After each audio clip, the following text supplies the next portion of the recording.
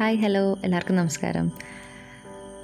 ഇപ്പോൾ dragon fruit എല്ലാവർക്കും അറിയാമല്ലോ, ഭയങ്കര ടേസ്റ്റി ആയിട്ടുള്ളൊരു സംഭവമൊന്നുമല്ല, ഒരു മൈൽഡ് സ്വീറ്റ് ടേസ്റ്റുള്ള ഒരു ഫ്രൂട്ടാണ്. അപ്പോൾ ഞാൻ വിചാരിച്ചെന്നാൽ പിന്നെ അത് വെച്ചിട്ട് എന്തെങ്കിലും ഒരു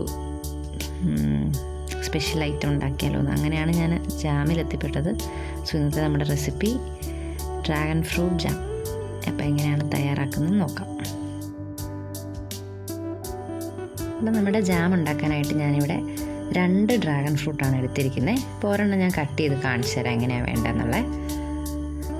നമുക്ക് പല രീതിയിൽ കട്ട് ചെയ്യാം. ഇപ്പോൾ കുറച്ചുകൂടി ഈസി ആയിട്ട് എനിക്ക് തോന്നിയത് ഇതുപോലെയാണ്. കറക്റ്റ് ഹാഫായിട്ട് കട്ട് ചെയ്യുക, എന്നിട്ട് ഇതുപോലെ അതിൻ്റെ പൾപ്പൊക്കെ ക്രോസ് ആയിട്ട് കട്ട് ചെയ്തെടുക്കുക.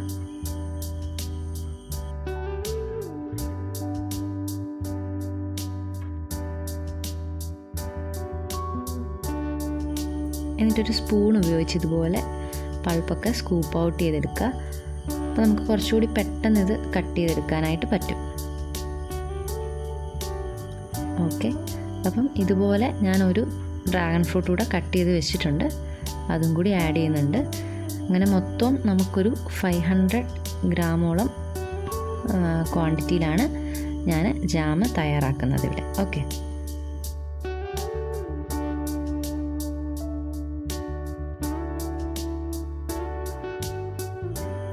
ഇനി അപ്പോൾ നമുക്ക് ജാം തയ്യാറാക്കാം. അതിനായിട്ടൊരു പാന് ചൂടാക്കുക. അതിലേക്ക് നമ്മൾ അരിഞ്ഞു വെച്ചിരിക്കുന്ന ഡ്രാഗൺ ഫ്രൂട്ട് ആഡ് ചെയ്ത് കൊടുക്കുക. ഇനി നമുക്കിവിടെ 500 ഗ്രാം ഡ്രാഗൺ ഫ്രൂട്ടിനായിട്ട് 1 കപ്പ് പഞ്ചസാരയാണ് ഞാൻ എടുത്തിരിക്കുന്നത്. ഇത് ഏകദേശം കറക്റ്റ് മധുരമായിരിക്കും. ഇനി കുറച്ചും കൂടെ സ്വീറ്റ്നെസ് വേണമെന്നുണ്ടെങ്കിൽ നിങ്ങൾക്ക് കുറച്ചുകൂടി പഞ്ചസാര ആഡ് ചെയ്യാം. ഇനി ഇത് നല്ലപോലെ ഒന്ന് മാഷ് ചെയ്യാം. ഓക്കെ, നല്ലപോലെ ഒന്ന് കുത്തി ഇതുപോലൊരു തവി വെച്ചിട്ട് നല്ലപോലെ മാഷ് ചെയ്താക്കുക. ഫ്ലെയിം ഒരു മീഡിയം ടു ഹൈ അതിൽ നിങ്ങൾക്ക് അഡ്ജസ്റ്റ് ചെയ്യാവുന്നതാണ്.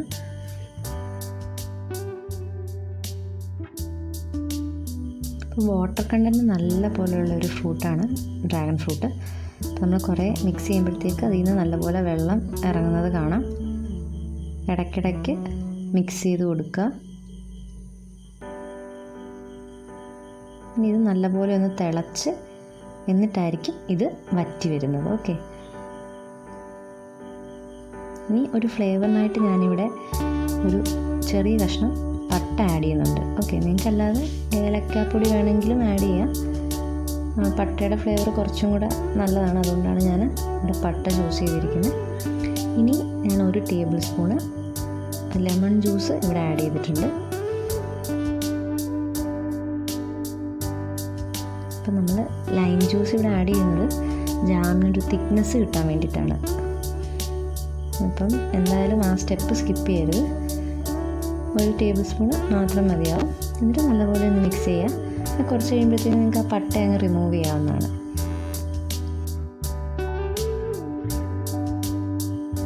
ഏകദേശം നമുക്കൊരു 15 മുതൽ 20 മിനിറ്റ് വരെ എടുക്കും ഇത് നല്ലപോലെ ഒന്ന് തിക്കായി വരാൻ.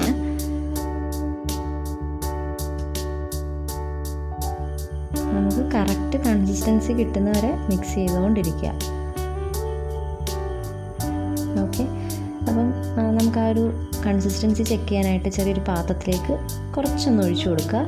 എന്നിട്ടത് ആ ഒരു ഷേപ്പ് മെയിൻറ്റെയിൻ ചെയ്യുന്നുണ്ടോ എന്നൊന്ന് നോക്കാം.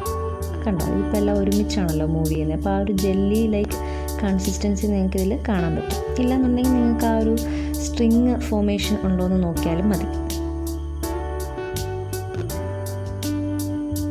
ഓക്കെ, അപ്പം നമ്മുടെ ജാമിനുള്ള കൂട്ടിവിടെ ഫുൾ റെഡി ആയിട്ടുണ്ട്. ഇനിയിപ്പം നമുക്കിതൊന്ന് കംപ്ലീറ്റ് ആയിട്ട് ആറാനായിട്ട് വെക്കാം. അപ്പം ഫുള്ളി തണുത്ത് കഴിയുമ്പോൾ ഇത് കുറച്ചും കൂടെ തിക്കാവും. അപ്പോൾ ഏകദേശം ഇതാണ് ഇതിൻ്റെ ഒരു കറക്റ്റ് കൺസിസ്റ്റൻസി.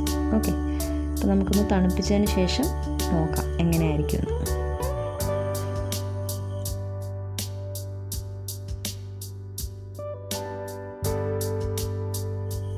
കണ്ടോ, ഈ ഒരു പരുവത്തിലായിരിക്കും നല്ലപോലെ കൂളായി കഴിഞ്ഞാൽ ഇത് ഉണ്ടാവുക.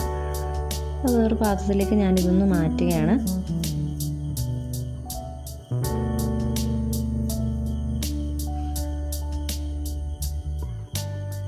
എന്നിട്ട് എന്നിട്ട് നിങ്ങൾക്കിത് സ്റ്റോർ ചെയ്യണമെങ്കിൽ നല്ലൊരു ക്ലീൻ ആയിട്ടുള്ളൊരു ജാറിലേക്ക് ഇത് സ്റ്റോർ ചെയ്യുക. ഫ്രിഡ്ജിൽ സൂക്ഷിക്കാൻ പ്രത്യേകം ശ്രദ്ധിക്കുക. അപ്പം ഡ്രാഗൺ ഫ്രൂട്ട് വെറുതെ കഴിക്കാൻ ഇഷ്ടമില്ലാത്തവർക്ക് ഇതുപോലെ വെറൈറ്റി ഒക്കെ ആക്കിയിട്ട് ഉണ്ടാക്കി കഴിച്ച് നോക്കാവുന്നതാണ്.